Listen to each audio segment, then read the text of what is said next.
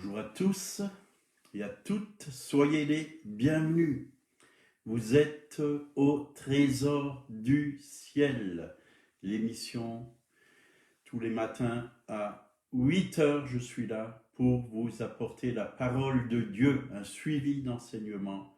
Et on continue sur la nouvelle création en Christ. Vous pouvez vous identifier en mettant votre nom.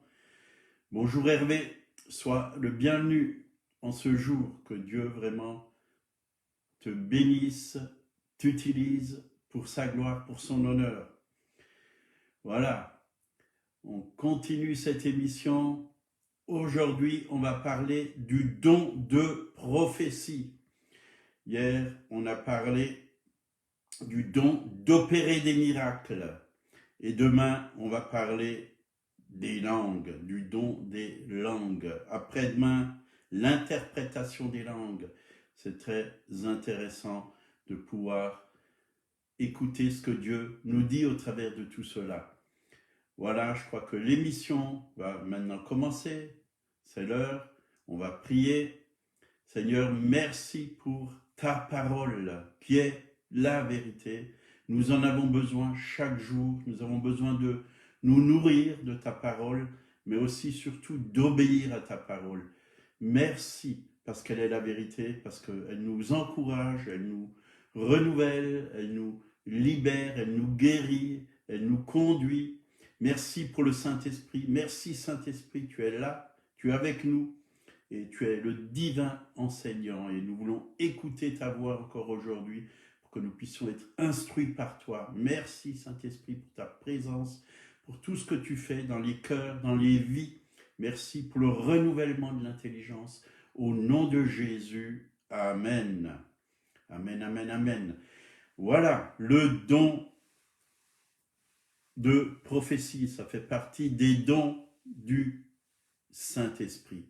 C'est le Saint-Esprit qui donne ces dons et nous en avons besoin. Dieu n'a pas fini, les dons n'ont pas été finis, oui, après les apôtres, ils continuent jusqu'au retour de Jésus et nous voulons vraiment recevoir tout ce que Dieu a pour nous et pratiquer, oui, les dons spirituels, c'est important. Donc les 3 dons vocaux, c'est les dons qui opèrent au travers des organes vocaux de la personne, selon 1 Corinthiens 12, verset 10. Donc, la prophétie, les langues et l'interprétation des langues, c'est des dons qui fonctionnent ensemble. Donc, c'est quoi le don de prophétie? C'est quoi le don de prophétie? C'est parler de la part de Dieu sous l'inspiration du Saint-Esprit. Seul le Saint-Esprit peut nous communiquer des paroles. Et quand le Saint-Esprit nous communique des paroles de Dieu, nous avons cette assurance au fond de nous, cette certitude que c'est vraiment la voix de Dieu, c'est la pensée de Dieu. Jésus lui-même a dit « Mes brebis entendent ma voix ».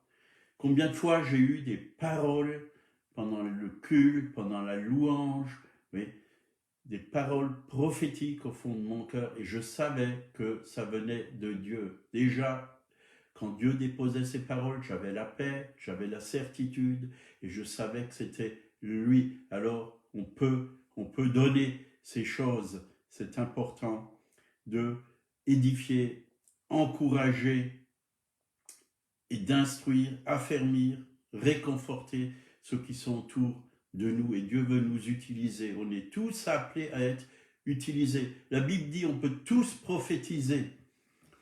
1 Corinthiens 14, versets 3 et 4. Celui qui prophétise, au contraire, parle aux hommes, les édifie, les exhorte, les console. Voilà ce que fait la prophétie.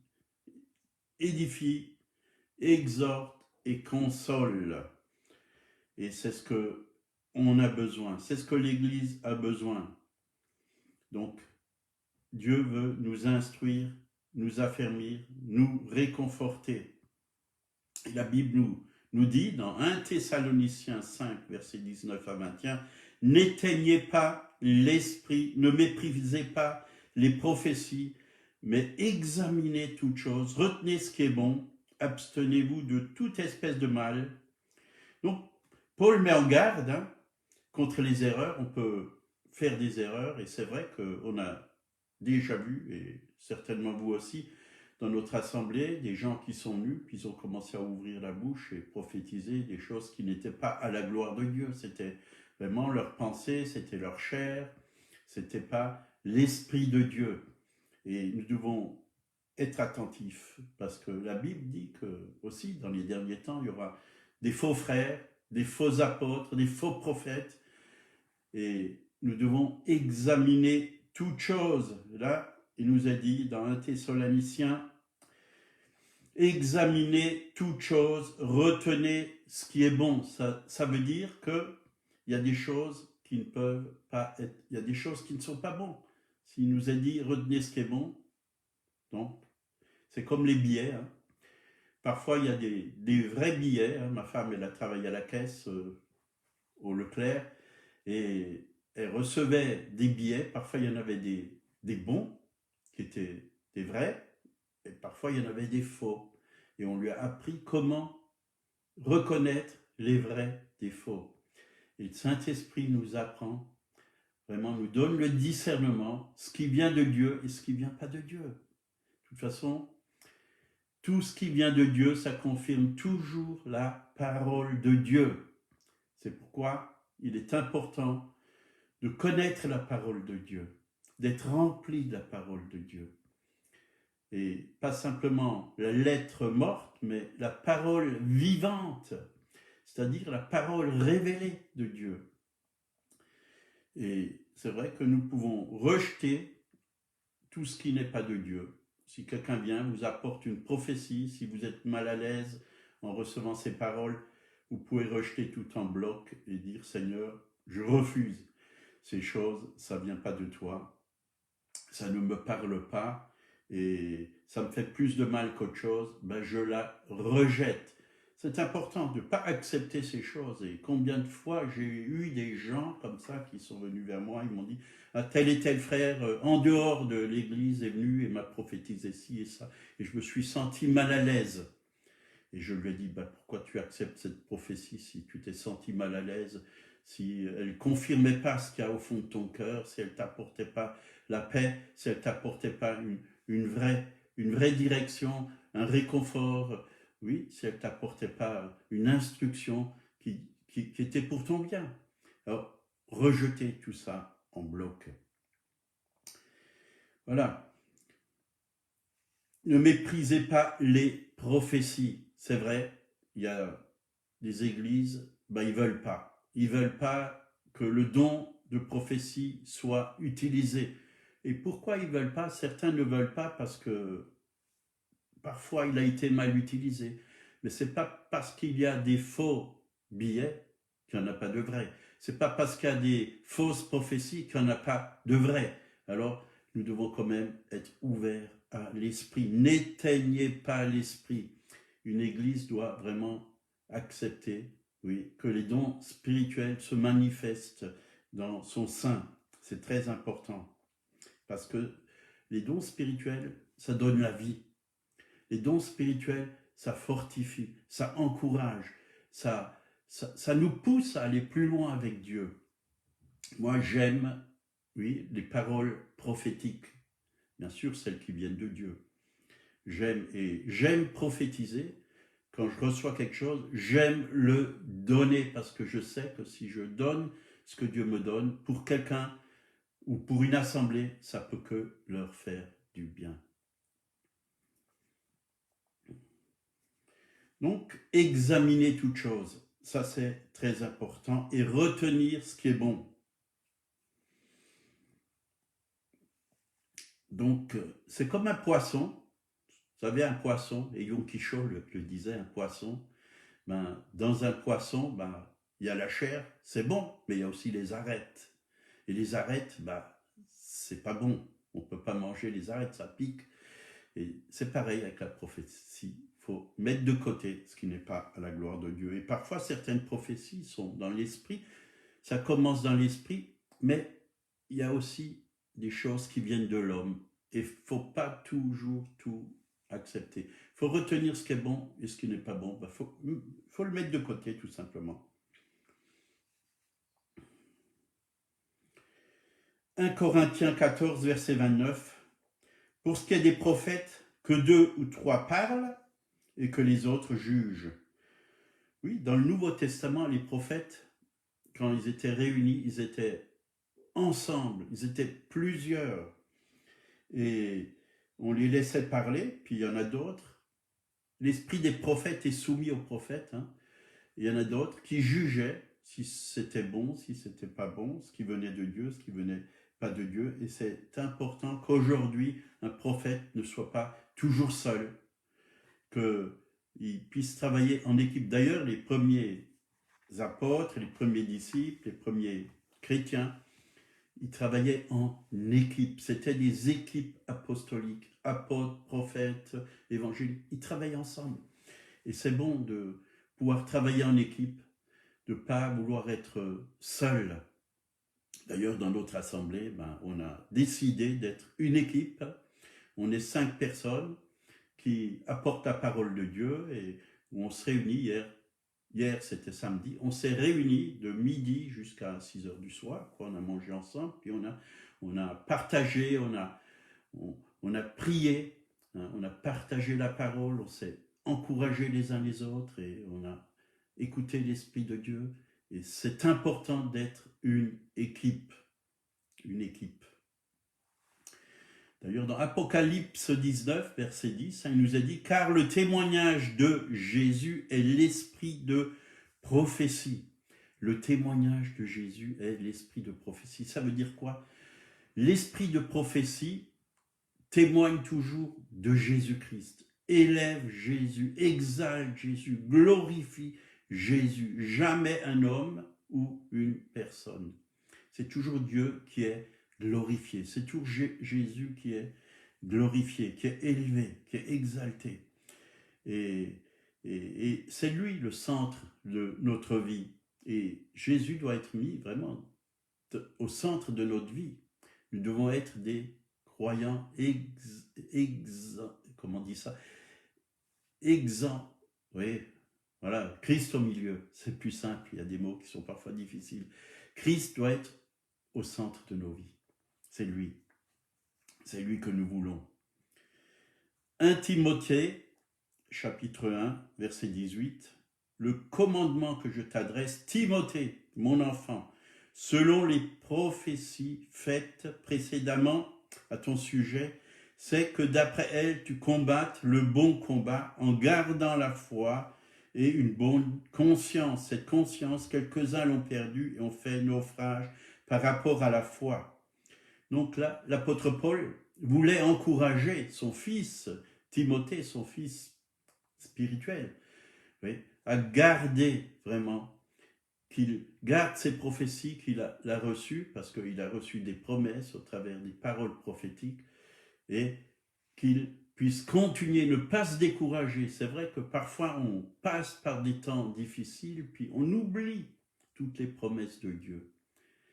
Mais Dieu, il veut qu'on s'en souvienne. Parfois, c'est bon d'écrire des prophéties vraiment qui viennent de Dieu et que Dieu nous a communiquées, nous a données. Moi, je sais que j'ai eu des prophéties qui venaient du Seigneur par plusieurs ministères, par des apôtres, par des prophètes.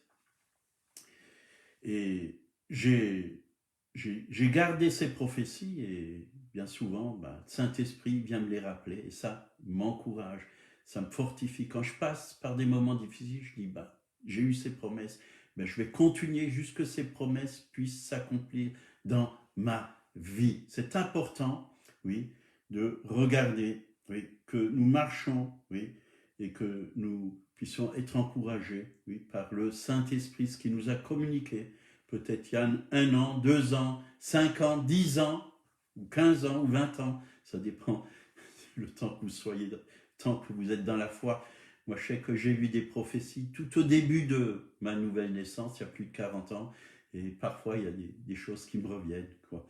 Et ça m'encourage, parce que je vois vraiment que ça s'accomplit, ça s'accomplit. Dieu est fidèle, et il nous guide jusqu'au bout. Mais nous aussi, nous devons être fidèles, marcher dans ses voies. Garder la foi et une bonne conscience, combattre le bon combat, c'est important. Joël 2, verset 28. Après cela, je répandrai mon esprit sur toute chair. Vos fils et vos filles prophétiseront. Vos vieillards auront des songes et vos jeunes gens des visions. Donc vos fils et vos filles prophétiseront. Donc ce don, il est pour les hommes comme pour les femmes. Il est pour tout le monde. Tout le monde peut prophétiser.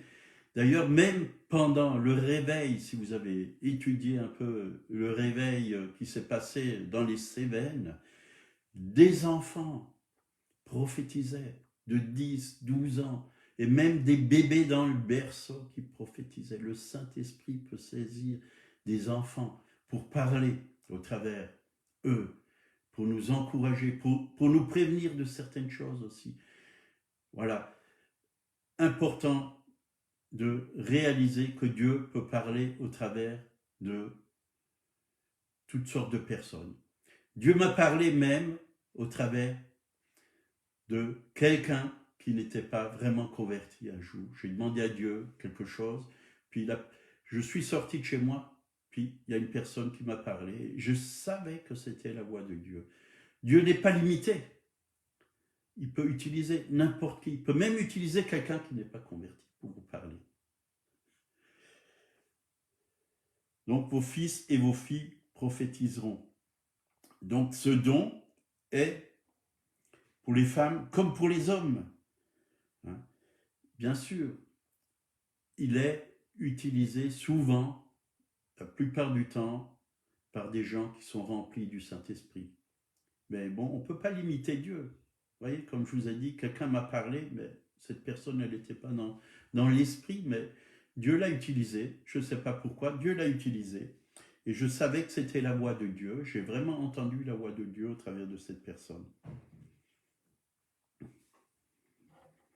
Donc, ce don doit toujours être en harmonie avec la parole de Dieu. C'est important.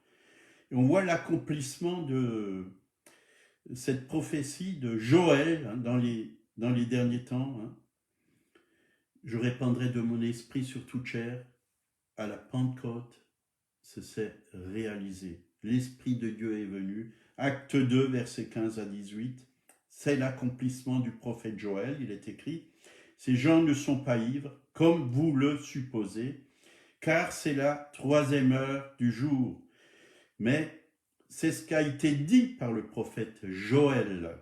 « Dans les derniers jours, dit Dieu, je répandrai de mon esprit sur toute chair. Vos fils et vos filles prophétiseront.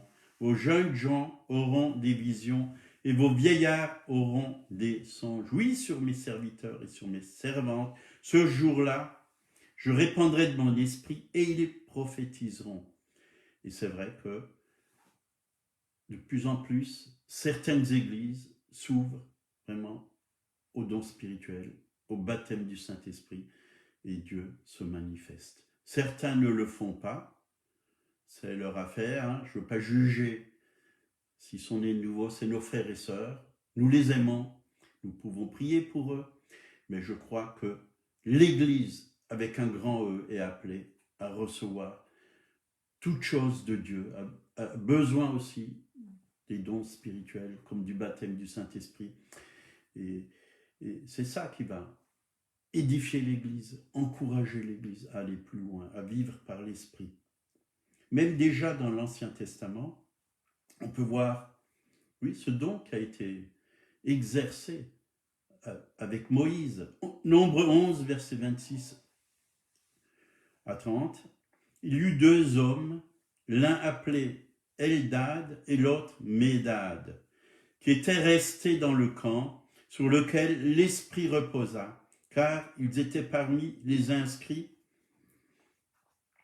quoiqu'ils ne fussent point allés à la tente, et ils prophétisèrent dans le camp.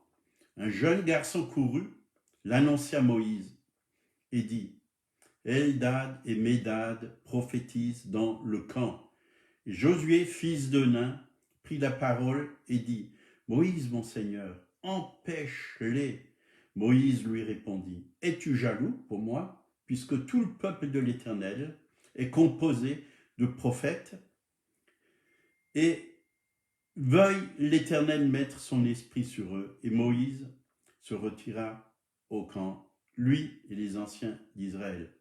Donc Moïse, il a souhaité que tout le peuple puisse être un peuple qui prophétise, de prophètes. Et moi, je crois que le peuple de Dieu, des temps de la fin, aura vraiment cet esprit prophétique. Et que vraiment, ce réveil que Dieu va envoyer, d'ailleurs la France, on a un puits dans les Cévennes, puits du réveil, et ce puits du réveil qui est dans les Cévennes, que Dieu est en train de déboucher tout à nouveau, c'est l'esprit prophétique. La France est un pays prophétique. L'esprit prophétique est sur le peuple de Dieu en France. Et je crois que vraiment, il y a un peuple de prophètes en France qui est en train de se lever. Alors, ne nous laissons pas décourager par tout ce que les gens disent. Moi, je crois vraiment que nous sommes appelés vraiment à être prophétiques. Et le prophétique est en train de se développer. Encore hier, vous voyez, on était en train de prier, puis le Seigneur m'a demandé de faire un geste prophétique. Il y a aussi des gestes prophétiques qu'on peut faire. Et vous voyez, dans la parole de Dieu, vous pouvez trouver des gestes prophétiques faits par des prophètes. J'ai pris l'épée, j'ai une épée donc, et je suis passé avec l'épée sur la tête des frères et sœurs, des anciens, et j'ai coupé tout le découragement et tout ce qui n'est pas de Dieu, et aussi les puissances ténébreuses qui cherchent à influencer le peuple de Dieu. C'est un geste prophétique. Et tout de suite après ce geste, on a ressenti une présence de Dieu plus grande, parce que quelque chose s'est enlevé, est parti. Je crois aux gestes prophétiques. Je crois aux paroles prophétiques. Nous devons être des hommes et des femmes prophétiques. On va finir par Acte 21, versets 8 et 9. Nous partîmes le lendemain et nous arrivâmes à Césarée. Étant entrés dans la maison de Philippe, l'évangéliste, qui était l'un des 7, nous logeâmes chez lui. Il avait 4 filles vierges qui prophétisaient. 4 filles vierges qui prophétisaient. Oh, que ça puisse revenir ces choses dans l'Église.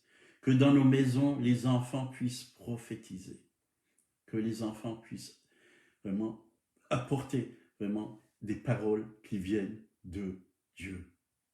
Dieu veut refaire toutes ces choses. Dieu veut redonner cet esprit prophétique.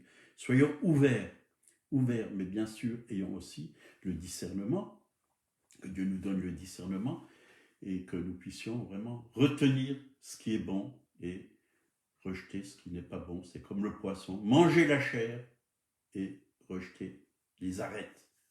Voilà, que Dieu vous bénisse. On va prier. S'il y a des malades parmi vous, Dieu veut les guérir, c'est sa volonté. Seigneur, tu touches encore mes frères et sœurs. Merci pour cette parole qui est ta parole. Encourage, oui, que ton peuple se lève dans le prophétique en France et que vraiment la France soit un peuple de prophètes, Seigneur. Merci. Merci pour tes paroles que tu nous communiques, Seigneur. Oui. Encourage mes frères et sœurs, oui.